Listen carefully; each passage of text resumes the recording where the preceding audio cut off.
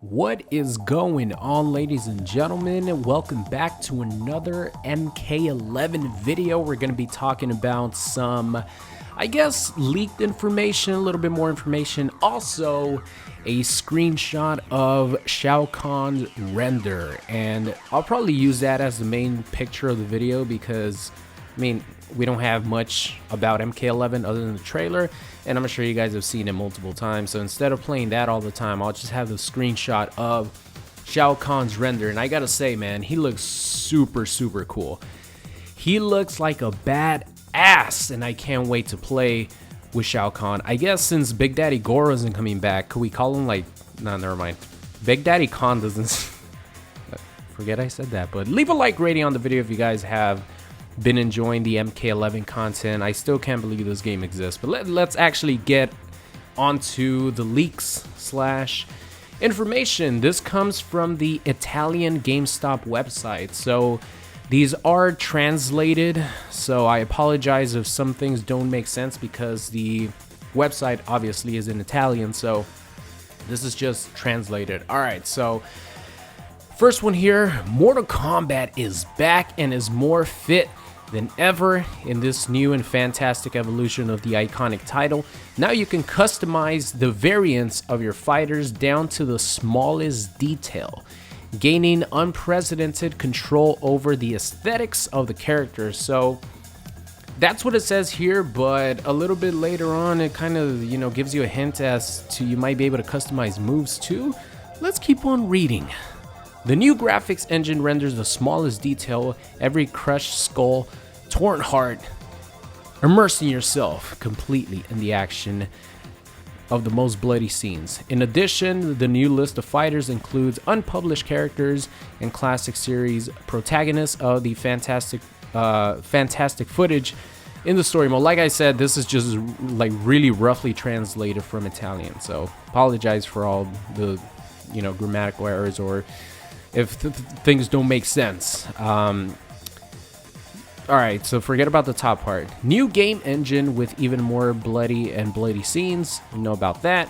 New customization system with clothes, accessories, and move sets never before seen. Okay, so this is something that we gotta talk about here. So the first paragraph said that you could customize it down to the smallest detail aesthetic wise, meaning the look. The gear system is going to be back, whether it's as huge, which I'm pretty sure is going to probably be even bigger than Injustice 2's gear gear mode was. I don't know, the gear system, there you go. God, my brain is so like scrambled right now. Apologize.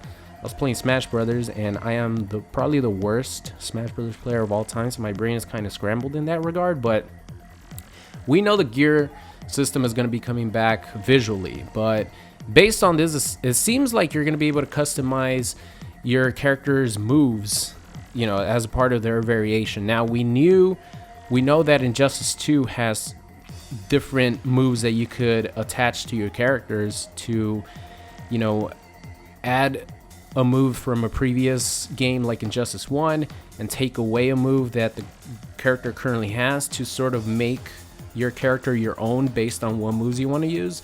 So I don't know if they're going to go in that route again, or if you're actually going to be able to customize your entire character's moveset, which would be insane. And that would be like taking the gear system to 100 more notches, because just imagine you have a choice between tens of, maybe even hundreds of moves, starting with your normal buttons to your special moves to your anti-airs. It's just, if you are actually able to customize that much in this game, it would be ridiculous. But I don't think it's going to get to that level. I think what they're referring to here is that you're going to be able to add moves and take away moves, just like Injustice 2's gear system. But hopefully this time around, NetherRealm learns from their mistakes and they don't include gear stats, because this will be able to be implemented into like competitive mode, being able to customize your character the way you want your character to play. And now you won't have to worry about gear stats. That's all I wanted for Injustice 2. I loved grinding for legendary gear, getting some new moves that I could play around with, but the stats killed it for me. So hopefully they don't put stats, and I don't think they will, to be honest.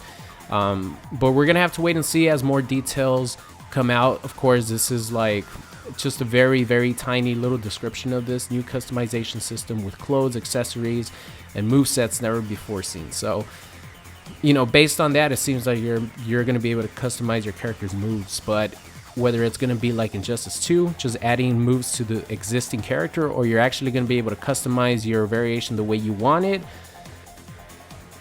you know, down to the normals, the special moves, and everything about your character, that's going to be pretty insane if that's the case.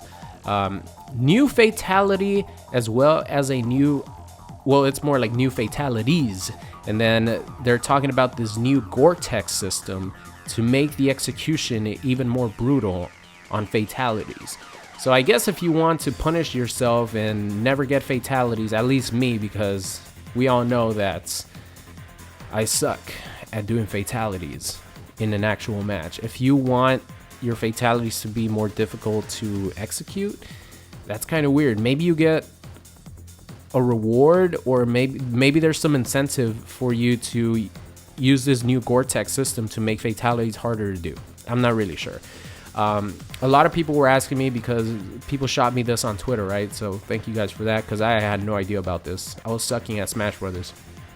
But a lot of people were asking me, like, with this new Gore-Tex system, like, does that mean like brutalities are not gonna make it? And trust me, guys, brutalities were the best thing about Mortal Kombat X. I don't think the game would have been as exciting, as hype, as praised if it didn't have the new brutalities that you could just do in game without having to, well, some brutalities you need to execute certain moves a certain amount of times, you know, maybe sacrifice damage in order to connect the special move for the brutality, but the brutalities are definitely coming back. Like, that's the most exciting thing that's happened to a new Mortal Kombat game. Like, imagine MK9 had brutalities, right? Like, there's no way they're ever getting rid of brutalities again. It's impossible.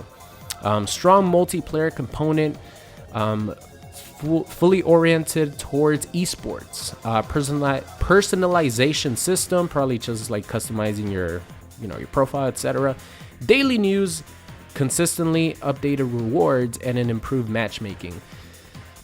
No word on a ranking system, which really sucks, because I think, having played a lot of MKX, I don't want to get matched up with someone who might have gotten MKX on 50% discount, bought the game, went online, has 2 matches, while I have thousands of matches on MKX. That's something that I don't want to happen, especially at the beginning of MK11, because I know, like myself and a lot of you guys, we're going to be grinding the hell out of the game, playing hundreds of matches probably in the first week or two. So I don't want someone who maybe waits a little bit for the reviews. Oh, look, this game is getting really good praise. A week later, they buy the game, they get matched up with an asshole like me who's been grinding the hell out of the game with hundreds of matches, gets their ass kicked without even touching me, and then doesn't want to play online again. Like, beginners should be playing with beginners. You know, intermediate players should be playing with intermediate players, and advanced skill players should be playing with advanced skill players. So I really hope that there's some sort of ranking system, because just having random matches pop up here and there, depending on, you know, connection or whatever the criteria is for matchmaking in MKX, I don't like that too much. Same thing with Injustice 2. I think a ranking system should be something that is implemented in MK11. Pretty much every game has it now, so MK11 should be the same. No mention of that, unfortunately, but of course, this is just a little bit of info that we got. And the last thing right here, the premium edition includes 6 extra characters and 6 new quote-unquote battle passes. I don't know what battle passes is. This was just another tweet someone tweeted at me. And then this person said, no idea what they are, but it kind of confirms the Combat Pack 1 is going to have 6 characters and 6 something else. So if you guys remember the leak that came out maybe a week before the Game Awards happen. This person seems to be more credible the more info comes out, and that's how leaks work, you know, of course. There was that Injustice 2 leak that leaked pretty much the entire roster. No one believed it, including myself, for months, and then as characters starting to get revealed, you're like, oh, okay, hold on, this leak is definitely legit.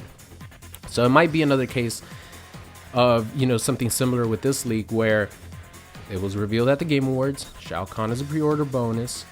This person said that there's going to be 2 like season passes, and each of them were going to have 5 characters and I think a couple stages, something like that, and costumes. So who knows? We're going to have to wait and see more details. But based on the Italian GameStop, the first battle pass is going to have 6 DLC characters. So if it's like 6 and 6 and we get 12 DLC characters, man, that is going to be amazing. And I'll probably make a separate video about this, but I really hope that MK11 is a game that gets more than 2 years of, you know, life before the next NetherRealm game. I was not cool with having Injustice 2 be representing NetherRealm, but having MK11 represent NetherRealm for 3 to 4 years before their new game comes out, I'm cool with that.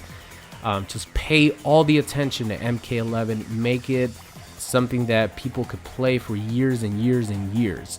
So 6 characters in the first battle pass / combat pack, and then if you have multiple, then you get 6 more.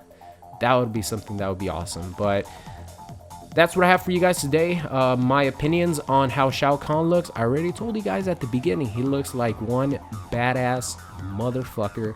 And it seems like maybe he merged with Onaga's DNA, or like, you know, there's definitely something going on with Shao Kahn where he's not just Shao Kahn.